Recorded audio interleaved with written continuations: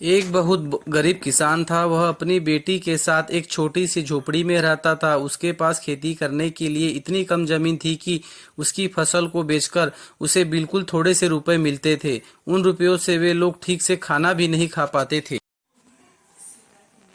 वह राजा के पास अपनी समस्या लेकर गया। राजा दयालु था। उन्होंने किसान को अपनी जमीन में से कुछ जमीन दे दी खेती करने के लिए। उन्होंने कहा, यह जमीन तो हमारी ही रहेगी, लेकिन उस पर उगने वाली फसल तुम्हारी होगी। एक दिन वह खेत की जुताई कर रहा था, तभी उसका हल किसी कठोर चीज से टकराया।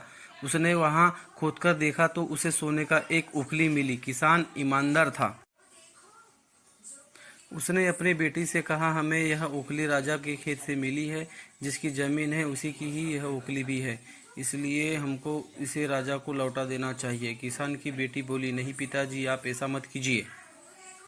आपको सिर्फ ओखली मिली है। यदि राजा ने आपसे इसकी सोने की मूसल भी मांगी तो आप क्या करेंगे?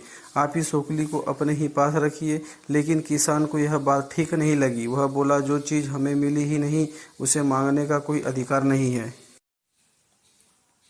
वह राजा के पास ओखली लेकर पहुंचा, लेकिन दरबार में ठीक वैसा ही हुआ जैसा कि किसान की बेटी ने सोचा था। राजा ने सोचा कि किसान की लालचवश मूसल अपने पास रख ली है। किसान बेचारा सोने की मूसल कहाँ से लाकर देता। नतीजा यह हुआ कि किसान का जेल में डाल दिया गया। जेल में ना उसे ढंग से खाना मिलता था ना पानी। किसान को इसी गलती की सजा दी गई थी जो उसने कभी की ही नहीं थी। वह खाए पिए बिना निढाल हो गए। लेटे लेटे वह रोता रहता और कहता था कि बेटी की बात न मानी होती, काश मैंने अपनी बेटी की बात मानी होती। एक दिन राजा ने उसे ऐसा कहते हुए सुन लिया। उन्होंने किसान से पूछा कि वह ऐसा क्यों कह रहा है। तब किसान ने राजा को पूरी बात बताई।